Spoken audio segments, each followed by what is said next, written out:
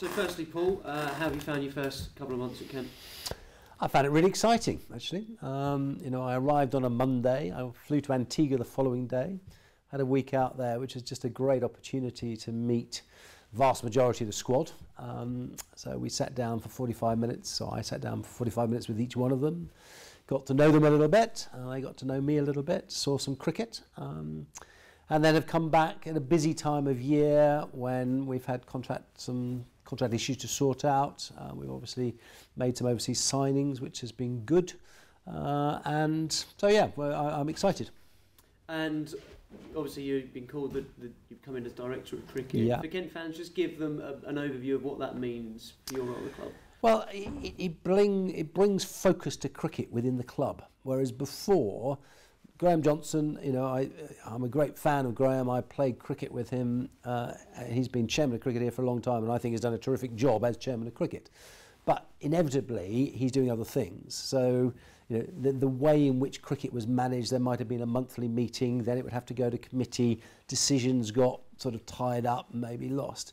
My role is, you know, I am responsible for cricket in the county. So, and I'm responsible, the way I put it is the business of cricket. So I'm not a coach, but I want to empower, you know, Matt Walker and Alan Donald to do the coaching. I want to ensure that we create absolutely the right environment so that we compete to the best that we can be.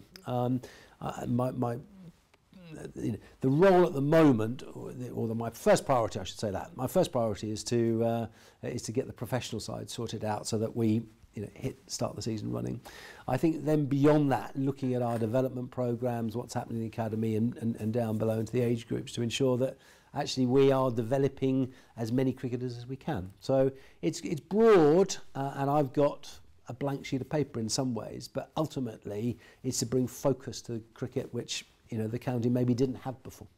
And you say you went to Antigua just after you started. Yeah. Were you encouraged by what you saw there?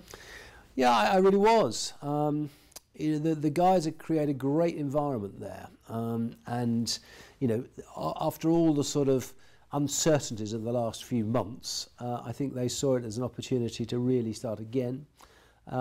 They played well above themselves, or at least well above expectations. Everybody put their hand up at some stage and contributed, you know, man of the match winning performances. We beat some good sides, and to get to the semi-final was a really good effort.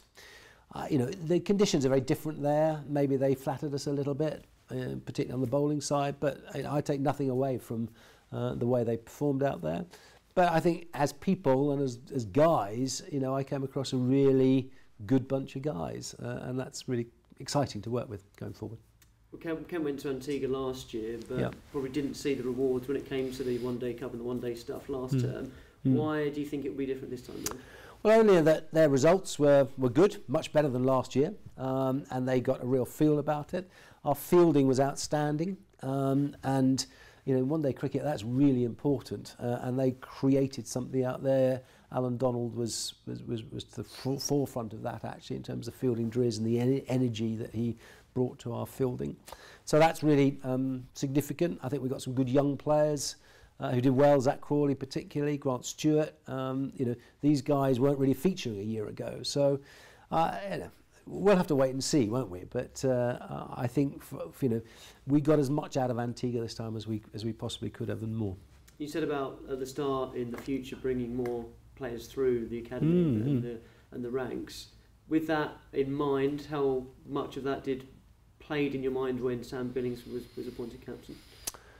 Well, I mean, the appointment, you know, I should make clear, really, the majority of that all happened before I arrived. But the fact is that, you know, the raison d'etre of Kent County Cricket is to find and develop Kent cricketers from within the county, ideally.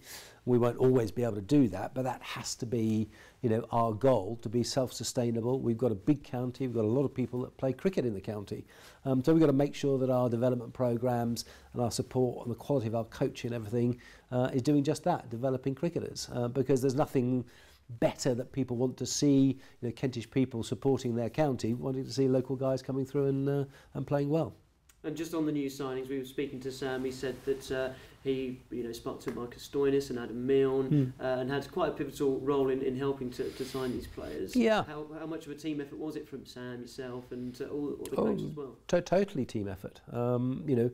Before I'd arrived, these sort of names were being talked about. Really, we just had to deliver that. So. But the fact that both Matt Walker and Sam were out in Australia, so playing against Marcus Stoinis, Adam Milne we obviously knew from last year, but then the guys were in New Zealand as well. Matt Henry was in New Zealand. So, to have a player of Sam's presence on the world stage is actually hugely beneficial in terms of, attracting people to come and play for Kent. So, very much a team operation. I think what was just different in a sense is that I had the responsibility then to go out and executing rather than it going through a labyrinth of committees or whatever might have got in the way. So we were able to do it as efficiently as we could. And Sam was saying about that execution being almost more efficient now. Would you say, has that been one of the key things that you've tried to focus on, making sure that you get these deals over the line efficiently? Yeah, I don't want to talk too much about deals because in the end it's the core group of players that we have that are going to drive this club forward. But to get the right overseas player, and particularly actually with Heino coming as a Kolpak player, so our commitment to him and him to us is for 2 seasons, and it might go on longer than that, we'll see. I think just the way in which we maximise our resources and then deliver in as focused a way as we can, I think is just very important. Do you feel like you've got a strong enough squad at the moment, or is there still room for a few more additions? Well, there's always room to strength, but what I'm saying is actually our attitude needs to change. We have to be more ambitious as a group, and over time we'll strengthen the squad however we do it, whether it's people within the squad now just taking on more responsibility and really stepping up, or if we feel we have to, when the opportunity is there, it's not as though there's a big market out there, but when the opportunity is there, gently add the right person with the right skills and the right character. And character, I think, is as fundamental as anything. You want to have people who are competitors, who want to be here, who will become winners.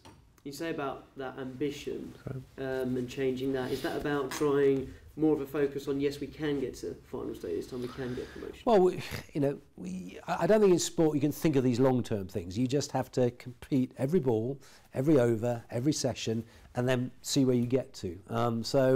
And if we do that well, we'll win games. And if we win games, we'll become more confident and we'll become a harder team to beat and we'll get used to winning. And that's the way sides develop. And then if we end up in the finals day, that's brilliant. But you can't start a season saying we must get to finals day. It just doesn't work like that. What would you say to a couple of the Kent fans that are maybe anxious that Sam Billings misses the first 6 weeks of the season? Yeah, it's not ideal. But it's life. If you want a top player to be leading your county, he's going to have other commitments. And whether it's playing for England or in this case in the IPL, and we've had the benefits of Sam being in that position. As I say, the fact that he was able to talk to a Stoinis, or he moves in these circles, he's in their dressing rooms, and that makes it very exciting. And you go back and look through history, the successful sides, often captains are away. I played in the Middlesex side which won 4 championships. Mike Gatting or Mike Brearley were playing for England a lot of the time. They weren't there the whole time, but it allows other people to step up, and that actually in the end creates the real strength of the side. So certainly not ideal. His first term as captain, that he's not going to be here for 6 weeks, but he's a very impressive young man, and just in the 2 weeks that he's been back, he's added to what was already going on, and he'll bring some energy when he does come back, which might be a good thing. You say about stepping up. Joe Denny will step up to be captain. What can Kent fans expect from him at the helm?